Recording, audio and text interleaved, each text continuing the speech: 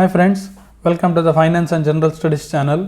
जैसे आप सभी लोगों को मालूम है, स्टॉक मार्केट के अपडेट के बारे में हमेशा वीडियो बनाते रहता हूं।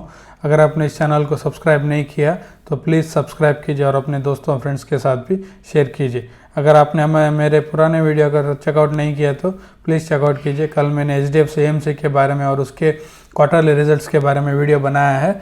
उसी के साथ इन्फोसिस, TCS, HCL टेक के बारे में भी बनाया है। प्लीज़ इसको चेकआउट कीजिए और अपने दोस्तों फ्रेंड्स के साथ भी शेयर कीजिए। चलिए आज का एक ज़बरदस्त वीडियो देखते हैं। आज एक कंपनी का क्वार्टरली रिजल्ट आया है। वो शेयर मार्केट में बहुत ही ज़बरदस्त कंपनी है। चलिए उसके बारे में देखते हैं कि उसके रिजल्ट्स कैसे हैं। मैं वीडियो बनाने वाला हूं दोस्तों, ये है एवेन्यू सुपरमार्ट, मतलब इसको हम डी मार्ट से भी बुलाते हैं। इधर आप लिखा है इसका कंपनी का नाम डी मार्ट है। स्टॉक मार्केट में एवेन्यू सुपरमार्ट के नाम से लिस्टेड है। हम इसको ज़्यादातर डी मार्ट करके ही बुलाते हैं क्योंकि इसके सारे स्टोर आपको डी मार्ट के नाम से देखने को मिलते हैं। कंपनी ने अगर कुछ डिविडेंड दिया है तो कंपनी ने कुछ डिविडेंड नहीं दिया है। इस कंपनी का हिस्ट्री है, अभी तक इस कंपनी ने डिविडेंड अपने शेयर होल्डर को नहीं दिया है। वो ज़्यादातर वो लोग ग्रोथ स्टेज पर है। अपने ज़्यादातर पैसा वो लोग नया स्टोर ओपन करने में लगा रहे हैं। वो लोग इसीलिए वो अपने शेयर होल्डर्स को डिविडेंड नहीं दे रहे हैं अभी तक। तो चलिए हम इस कंपनी का देखते हैं कि फाइनेंशियल परफॉर्मेंस कैसा था पिछले क्वार्टर में। कंसोलिडेटेड में देख रहा हूँ, कहाँ पर है, ठीक है यहाँ पर है। इसका कंसोलिडेटेड आपका रिजल्ट्स मिल जाएगा। तो कंपनी का परफॉर्मेंस कैसा था? कंपनी का ये रहा 2022 का आपका रिजल्ट्स, मतलब 2022 सितंबर का है, मतलब पिछले साल का। और ये पहले वाला आपको 2023 का देखने को मिलेगा, मतलब ये क्वार्टर का। और ये रहा पिछले क्वार्टर का, जून 2023। 30 जून 2023 ये पिछले क्वार्टर का रिजल्ट्स है। ये फर्स्ट कॉलम ये अभी जो क्वार्टर फिनिश हुआ उसका है, सेकेंड कॉलम पिछले क्वार्टर का है, और ये थर्ड कॉलम आपको पिछले साल का सेम क्वार्टर, मतलब सितंबर में कितना हुआ ये सब दिखा रहे हैं। टोटल इनकम कंपनी का हम देखेंगे इस क्वार्टर में 12,661 क्वार्टर का कंपनी ने रेवेन्यू किया है। उसी के साथ लास्ट क्वार्टर में कंपनी ने 11,000 करोड़ का सेल्स किया था। उसी तरफ से और यहाँ पर है पिछले साल का, जो कि 10,673 करोड़ का कंपनी ने रेवेन्यू जनरेट किया था। मतलब ईयर ऑन ईयर अच्छी ग्रोथ है, क्वार्टर ऑन क्वार्टर भी कंपनी का सेल्स में ग्रोथ है। सिर्फ इसको देखकर काफ़ी नहीं होता दोस्तों, हमको देखना पड़ेगा कंपनी के एक्सपेंस भी कैसे रहे। क्वार्टर में कंपनी ने 11,800 करोड़ का एक्सपेंस किया है। आप यहाँ पर देख सकते हैं 11,800 करोड़ का एक्सपेंस किया है। वही पिछले क्वार्टर में कंपनी ने 11,006 का किया था, मतलब 800 करोड़ का बढ़ोतरी आपको एक्सपेंस में देखने को मिल रही है। वही आप पिछले साल का देखेंगे तो 9,000 करोड़ का कंपनी ने एक्सपेंस किया था।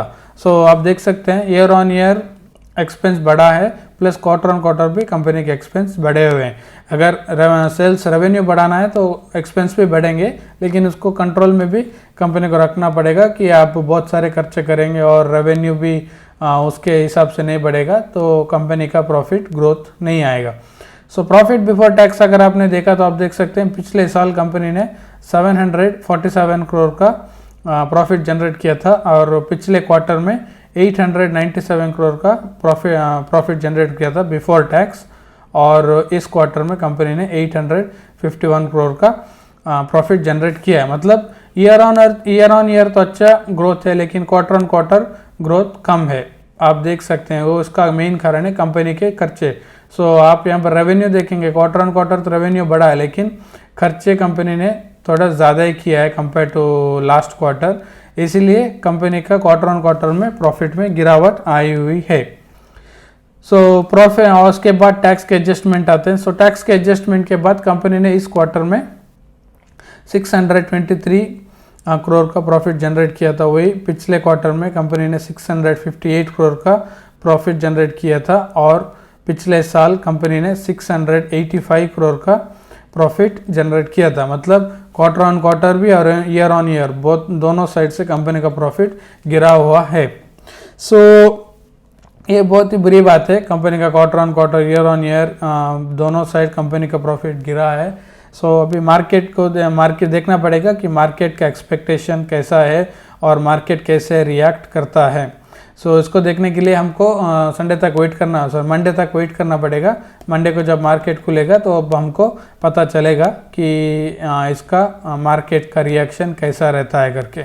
सो ईपीएस भी आप देख सकते हैं, ऐसा ईपीएस भी आपको ऐसा देखने को मिलेगा। 9.58 इस क्वार्टर का है बेसिक ईपीएस, और 10.14 पिछले क्वार्टर का है, और 10.58 पिछले साल का सेम क्वार्टर में था। सो ईपीएस में भी आपको गिरावट देखने को मिली है, क्योंकि लाजिम सी बात है, अगर प्रॉफिट गिरता है तो ईपीएस भी आपको वैसे देखने को मिलेगा। एवेन्यू सुपरमार्ट एक अच्छी कंपनी है, ऐसा नहीं है कि कंपनी बहुत बुरी है और घटिया कंपनी है और कंपनी यहाँ से पूरी तरफ से बर्बाद हो गई, ऐसा नहीं है। कभी कभार ये फेस भी आता है, कंपनी का खर्चा कंट्रोल में नहीं आता है, इन्फ्लेशन भी बहुत ज़्यादा है, सभी लोगों को मालूम है। तब जब इन्फ्लेशन हाई होता है तो इन कंपनियों को बहुत सारा बोझ भी आता है, क्योंकि ज़्यादा आप लोगों को मालूम है कंपनी रिटेल सेक्टर में काम करती है। तो जब ये लोग अपने सप्लायर से प्रोडक्ट्स खरीदेंगे तो वो लोग भी अपने दाम बढ़ाएंगे। सो इसको कॉम्पिटिटिव में मैनेज करने के लिए कंपनी को अपने प्राइजेस भी सबसे ज़्यादा बढ़ाएंगे, तो कंपटीशन के पास लोग जाना शुरू करेंगे। ऐसा नहीं कि उनको प्रोडक्ट सस्ते में मिलेंगे, उनको भी उतने ही दाम देके खरीदने पड़ते हैं, लेकिन ऐसा माइंडसेट होता है। सो क्योंकि ये सब प्राइस में खेलने वाला होता है, अगर जब ऐसा इन्फ्लेशन बहुत ही ज़्यादा होता है तो कंपनी के सेल्स के ऊपर भी कभी कभार इफेक्ट आता है। सो इसलिए ये सब फेस चलते रहते हैं बिजनेस में, कंपनी को मालूम होता है कि इन सब से कैसे डील करना पड़ता है। सो आते आते स्लोली ये कंपनी रिकवरी कर लेगी। सो उसके साथ हम कंपनी की बैलेंस शीट थोड़ा देखेंगे, कंपनी का नॉर्मल परफॉर्मेंस कैसा होता है। कंपनी आप देख सकते हैं 3932 के इसमें क्लोज हुआ है। सो 3932 लास्ट ट्रेडिंग सेशन में क्लोज हुआ है। और यहाँ पर कंपनी के रिजर्व्स भी आप देख सकते हैं 4900, उसके बाद 4900 करोड़ था, उसके बाद 10,400 करोड़ था, उसके बाद 11,600 करोड़, 13,600 करोड़, अभी तो 15,800 करोड़ की कंपनी के पास रिजर्व्स है। बहुत ही फंडामेंटली बहुत ही स्ट्रांग कंपनी है। मेन बात है इस कंपनी के ऊपर कर्जा नहीं है, जीरो है। आप देख सकते हैं कंपनी के ऊपर कुछ भी कर्जा नहीं है, टोटल जीरो कर्जा इस कंपनी के ऊपर देखने को मिलेगा। वही आप शॉर्ट टर्म बोरोइंग्स देखेंगे वो भी आपको जीरो देखने को ही मिलेगा। कंपनी के पास कैश देख सकते हैं, कैश भी कंपनी के पास ठीक ठाक है। एक तो 1300 करोड़ का कंपनी के पास कैश एंड कैश इक्विवेलेंट देखने को मिलता है। सो ठीक ठाक कंपनी है और ये फंडामेंटली बहुत ही स्ट्रांग कंपनी है। इसके बारे में मैंने कुछ दिन पहले वीडियो बना के बताया था कि एक रिटेल में आपको रिलायंस रिटेल को टक्कर देने वाली कंपनी है। अगर आपने इस वीडियो को चेकआउट नहीं किया तो प्लीज़ इसको चेकआउट कीजिए, तो आपको पता चल जाएगा कि इसमें मैंने इसके पूरे फंडामेंटल्स और पूरे इसके रेवेन्यू के बारे में पूरा वीडियो बना के रखा है, इसको प्लीज़ चेकआउट कीजिए। सो उसके बाद दोस्तों कंपनी के शेयर प्राइस आप देख सकते हैं। कंपनी के अभी तो बहुत दिनों से कंपनी में बहुत ही अच्छी तरह से तेज़ी है। आप देख सकते हैं एक महीने में कंपनी ने ऑलमोस्ट यहाँ से आप देखेंगे, सो कंपनी का प्राइस आप देख सकते हैं यहाँ से बहुत ही अच्छी तरह से कंपनी का अप मूवमेंट आ चुका है। आप देख सकते हैं पिछले ऑलमोस्ट 26 सितंबर से आपको अराउंड 7-7.5% का इसने 8% का रिटर्न दिया है। कंपनी एक ही रेंज में घूम रही है बहुत टाइम से, क्योंकि इसका सेल्स उतना ज़्यादा ग्रोथ नहीं दिखा रहा है। सो इसीलिए मार्केट इसको इतना अप्रिसिएशन नहीं दिखा रही है। देखते हैं कि इस बार जो क्वार्टरली रिजल्ट्स कंपनी ने पब्लिश किया है सो उसके बराबर इस कंपनी का क्या शेयर प्राइस होता है। तो हम थोड़ा और भी स्टॉक मार्केट के अपडेट्स के बारे में देखते हैं, क्योंकि लास्ट ट्रेडिंग सेशन मतलब फ्राइडे के दिन और एक स्टॉक के बारे में बहुत ही तेज़ी आई थी, वो है टाटा मोटर्स। अब सभी के लोगों को मालूम है टाटा मोटर्स में एक दो ज़बरदस्त न्यूज़ आए हैं, उसके बावजूद कंपनी के शेयर प्राइस में बहुत ही तेज़ी आपको देखने को मिलेगी। आप देख सकते हैं कंपनी का 52 वीक 669 रुपीज़ है यहाँ पर बताया है। सो उस 52 वीक को कंपनी ने लास्ट ट्रेडिंग सेशन में अचीव किया था। आप देख सकते हैं कंपनी का डे हाई आप देख सकते हैं 669। सो इसका कारण क्या है वो हमको देखना पड़ेगा कि ये ऐसा तेज़ी क्यों आया है। सो मेन है इसका JLR से इस कंपनी का बहुत ही अच्छा एक गुड न्यूज़ आया है। आप लोग सभी लोगों को मालूम है JLR टाटा मोटर्स के जो ओवरऑल बैलेंस शीट या ओवरऑल प्रॉफिट एंड लॉस है उसमें बहुत ही बड़ा कंट्रीब्यूशन देता है। अगर JLR हैप्पी है तो टाटा मोटर्स भी हैप्पी होता है, अगर JLR दुखी हो गया तो टाटा मोटर्स भी दुखी हो जाएगा। सो ये खुशखबरी JLR के तरफ से आई है। और क्या हो सकती है, कंपनी के सेल्स के बारे में कुछ अपडेट आया है इसीलिए। सो कंपनी का सेल्स का अपडेट ये है कि JLR का जो हाफ ईयर का सेल्स है उसमें उन्होंने अपडेट दिया है कि इनके सेल्स में 97% का बढ़ोतरी देखने को मिली है करके। सो JLR के तरफ से एक अपडेट आया है। सो इनका जो ईयर था, सो उस ईयर में इन्होंने हाफ ईयर में, फर्स्ट हाफ फाइनेंशियल ईयर में, सो उन्होंने highest ever performance in the first half of the financial year करके उन्होंने पब्लिश किया है। सो इसी के दौरान कंपनी के शेयर प्राइस में बहुत ही बढ़िया तेज़ी आपको देखने को मिली है।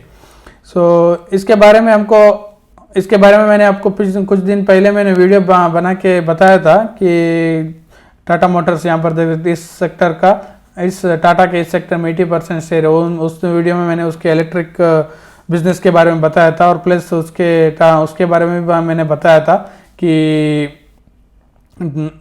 JLR और उसका इस सेक्टर में इस स्टॉक में कैसा कंट्रीब्यूशन है करके मैंने बताया था। और मैंने पिछले और एक वीडियो बनाया था जो पिडिलाइट के साथ मिलके बनाया था। सो उसमें भी मैंने बनाया था कि टाटा मोटर्स में होगी बड़ी तेज़ी, JLR से आई बड़ी खबर।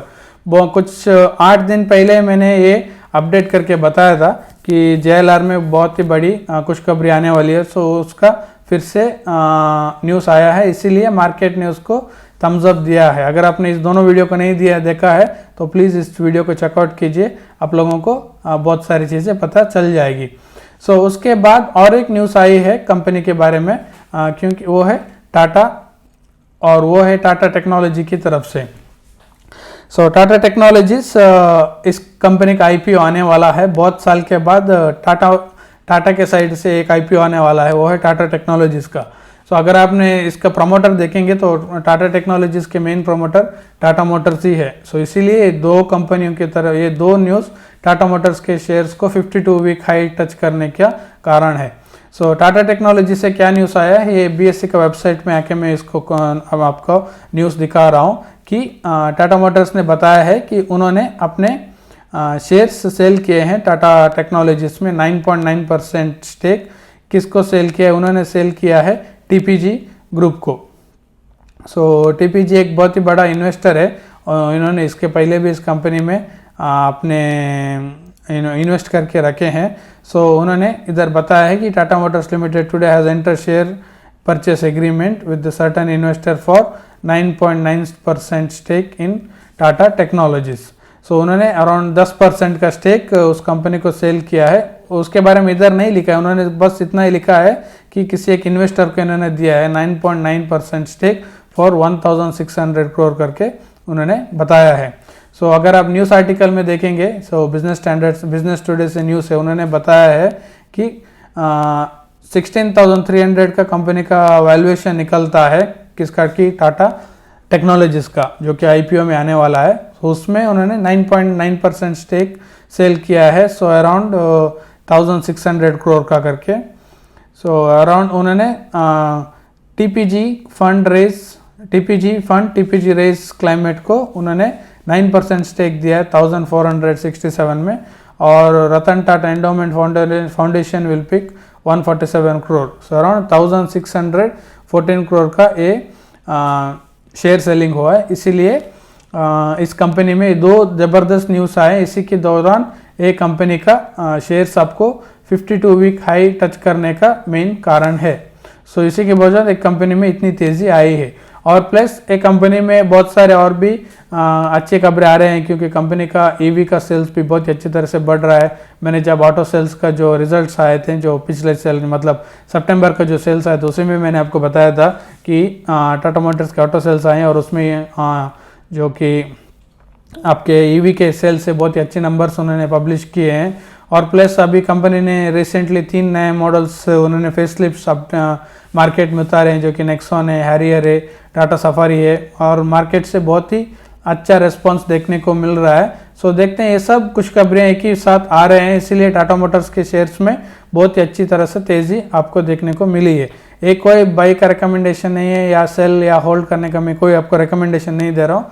मैं आपको सिर्फ मार्केट के अपडेट्स के बारे में वीडियो बना के बता रहा हूँ कि मार्केट में क्या अपडेट्स आए हैं और स्टॉक में कैसी तेज़ी आई है करके मैंने आपको वीडियो बना के बता रहा हूँ। तो आपको अगर इसमें बाई करना है, सेल करना है, होल्ड करना है, ये आपकी खुद की डिसीजन होना चाहिए। मैं कोई आपको रिकमेंडेशन नहीं देता हूँ क्योंकि मैं सेबी रजिस्टर्ड ब्रोकर नहीं हूँ।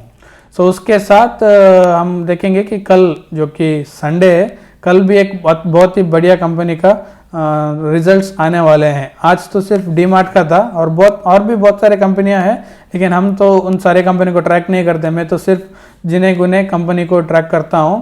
सो कल आने वाला है HDFC बैंक का, मतलब हमारे पूरे भारत देश का अगर स्टॉक मार्केट हिला देना है तो ये एक कंपनी हिला सकती है, वो है HDFC बैंक। क्योंकि निफ्टी में बहुत सारा वेटेज फाइनेंशियल सेक्टर का है। अगर आप निफ्टी में भी देखेंगे सो बहुत ही नंबर 1 वेटेज HDFC बैंक का ही है। और प्लस उसमें अराउंड 37% का कंट्रीब्यूशन टोटल निफ्टी में फाइनेंशियल इंस्टीट्यूशन ही देते हैं। उसके बाद IT है। सो उसका ये 2 मेन कारण है। अगर HDFC बैंक के रिजल्ट्स को पसंद नहीं आया तो हमारे मार्केट में भी ऊपर नीचे करने का ये पूरा चांसेस है। सो इसका भी रिजल्ट्स 15 अक्टूबर को आने वाले, मतलब कल आएंगे। तो इसको भी मैं आपको कवर करके बताऊंगा। अगर आपने इस चैनल को सब्सक्राइब नहीं किया तो प्लीज़ सब्सक्राइब कीजिए और अपने दोस्तों और फ्रेंड्स के साथ शेयर भी कीजिए, और क्योंकि उनको भी पता चलेगा कि स्टॉक मार्केट में कैसे इन्वेस्ट करते हैं। आशा करता हूँ आपको वीडियो पसंद आया दोस्तों। प्लीज़ वीडियो को फुल देखिए, तभी आपको पता चलेगा कि मैं क्या बोल रहा हूँ और आपको क्या अपडेट्स मिल रहे हैं। सो इसको पूरा वीडियो को देखिए, तभी आपको पूरा पता चल जाएगा। सो वीडियो को भगा कर मत देखिए, तब आपको कुछ समझ में नहीं आएगा। ओके दोस्तों, थैंक यू फॉर वॉचिंग। कल फिर से मिलेंगे और एक नया वीडियो के साथ। तब तक थैंक यू।